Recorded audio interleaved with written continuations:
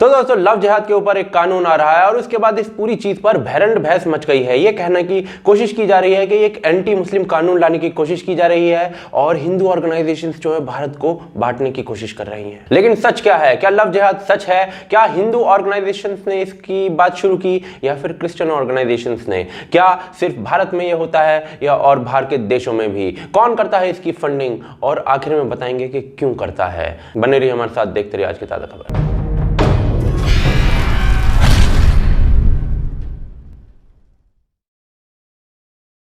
तो दोस्तों कल मध्य प्रदेश के होम मिनिस्टर ने अनाउंस किया कि भाई वहां पर लव जिहाद के खिलाफ कानून आने वाला है और इसके अंदर 5 साल की सजा की प्रावधान रहेगा। दूसरी तरफ यही कानून जो है यूपी, हरियाणा और अन्य कई राज्यों के अंदर भी लाया जा रहा है और इसके साथ ही शुरू हो गया भोकाल। मोदी का कंपैरिजन शुरू हो गया हिटलर के साथ। इसे एंटी मुस्लिम लॉ कहा जाने लगा, एंटी इंटरफेथ मैरिज लॉ कहा जाने लगा। कांग्रेस ने इसे बीजेपी की हिंदू मुस्लिम डिवाइड की साजिश बता डाला और कुछ लोग इसे भारत की आने वाली बर्बादी का रीजन बताने लगे। लेकिन क्या ये सच है? तो भाई ये लोग कह रहे हैं कि ये जो लॉ है ना, ये इंटरफेथ मैरिज के खिलाफ है और उसको बंद करवा देगा। तो जी ये बिल्कुल झूठ है, क्योंकि 1954 में बना हुआ स्पेशल मैरिज एक्ट जो है वो आपको इंटरफेथ मैरिज करने की इजाजत देता है और उसे आपसे कोई नहीं छीन सकता। इस लॉ से क्या होने वाला है? तो जी अगर फैजल राहुल बनकर पूजा को फंसाता है और उससे शादी कर लेता है और उसको शादी के बाद पूजा से सलमा बना देता है, तो ये जो लॉ है ना उसको रोकने के काम आएगा। लेकिन इस फ्रॉड को बंद करने वाले लॉ को ये लोग इंटरफेथ मैरिज बंद करने वाला लॉ बताकर हेट फैला रहे हैं। लेकिन पता है क्यों?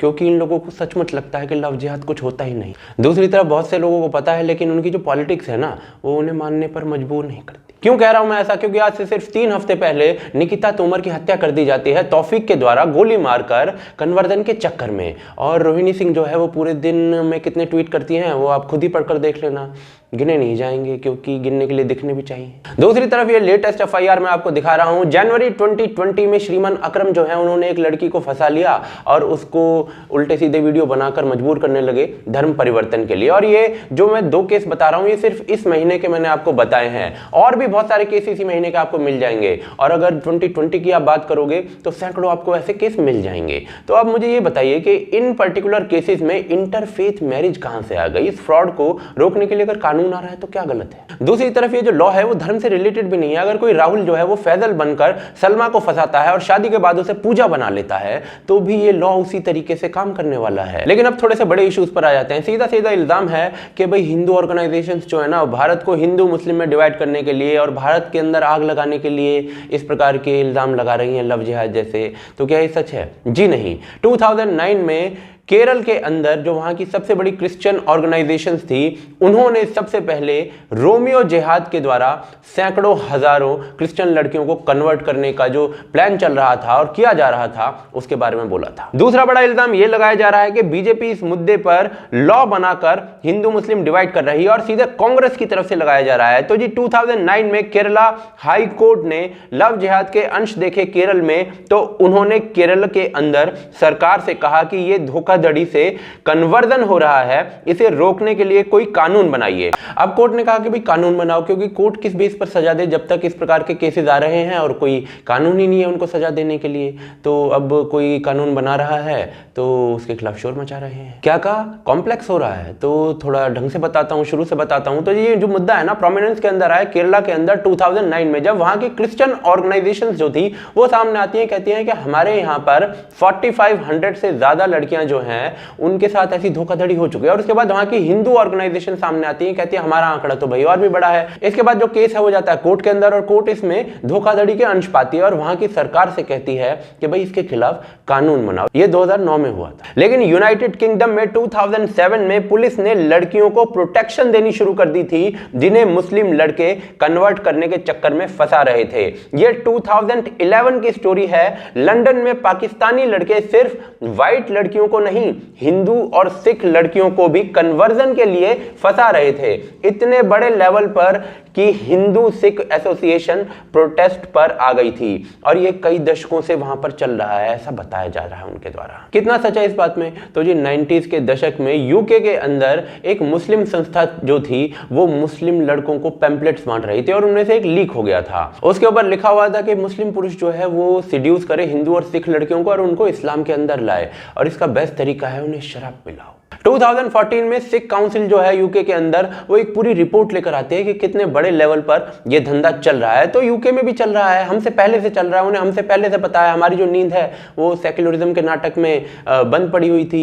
और यूके में ही क्यों, म्यांमार के अंदर भी बुद्धिस्ट बनकर मुस्लिम लड़के जो हैं वो बौद्ध लड़कियों को फंसा रहे हैं कन्वर्जन के लिए। 2011 में भारत में ये मुद्दा फिर से बहुत बड़ा बन गया था, क्योंकि कर्नाटका के हाउस में ये गूंजा था कि 84 हिंदू लड़कियां जो थी वो गायब थी और वो मिली हैं। उनमें से 69 ने क्लेम किया है कि उनको कन्वर्जन के लिए फंसाया गया था मुस्लिम लड़कों के द्वारा। तो यहां से ये बात सामने आती है कि भाई जो लव जिहाद नाम की जो बला है ना, वो सिर्फ भारत में ही नहीं, यूके जैसे और अन्य कई देशों में भी फैली हुई है। दूसरी तरफ भारत के अंदर हिंदू ऑर्गेनाइजेशंस ने नहीं, क्रिश्चियन ऑर्गेनाइजेशंस ने इसको पहले उठाया था। और तीसरी तरफ जो आपको स्क्रीन पर केस दिख रहे हैं ना, ऐसे हजारों केसेस हैं। अब इस मुद्दे के ऊपर ना एक डाइल्यूशन भी आ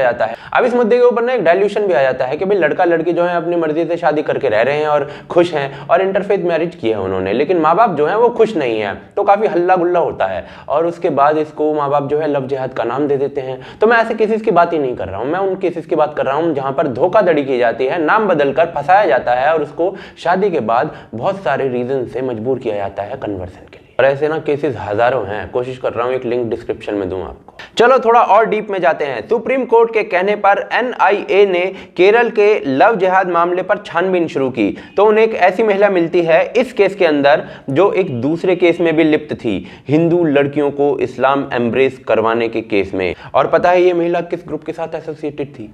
पीएफआई के साथ। क्या है ये पीएफआई? तो जी केरला के अंदर एक स्कूल टीचर का हाथ काट दिया गया था, वो इन्हीं के द्वारा काटा गया था, क्योंकि उस टीचर ने भाई कोई क्वेश्चन पेपर में प्रॉफिट का जिक्र किया। दूसरी तरफ सीए के जो दंगे हुए थे ना, उनमें भी इन्हीं की फंडिंग बताई जाती है और इनके ऑफिस से पैम्पलेट्स मिलते हैं कि हमें भारत को इस्लामिक राज्य बनाना है। इंडिया टुडे के स्टिंग ऑपरेशन में पीएफआई के लीडर्स ने माना था कि भाई वो लव जिहाद फैला रहे हैं और उनके पास पैसा आ रहा है बाहर से इस चीज के लिए। लेकिन जांच एजेंसियां ना आज भी पता करने की कोशिश कर रही है कि भाई कहां से पैसा घूम घूम कर कहां तक पहुंच रहा है पीएफआई के पास। लेकिन जरा अब एक कोइंसिडेंस देखिए, पीएफआई पता है कब बना था? 2006 में। काम क्या करता है? लव जिहाद जैसे या हिंदू लड़के लड़कियों को कन्वर्ट करने जैसे। दूसरी तरफ जाकिर नायक का पीस टीवी कब बना था? 2006 में। काम लोगों को कन्वर्ट करना बकवास कर करके। पीएफआई की फंडिंग सोर्स का भी नहीं मिलना और जाकिर नायक की जो फंडिंग सोर्स है उसका भी नहीं मिलना।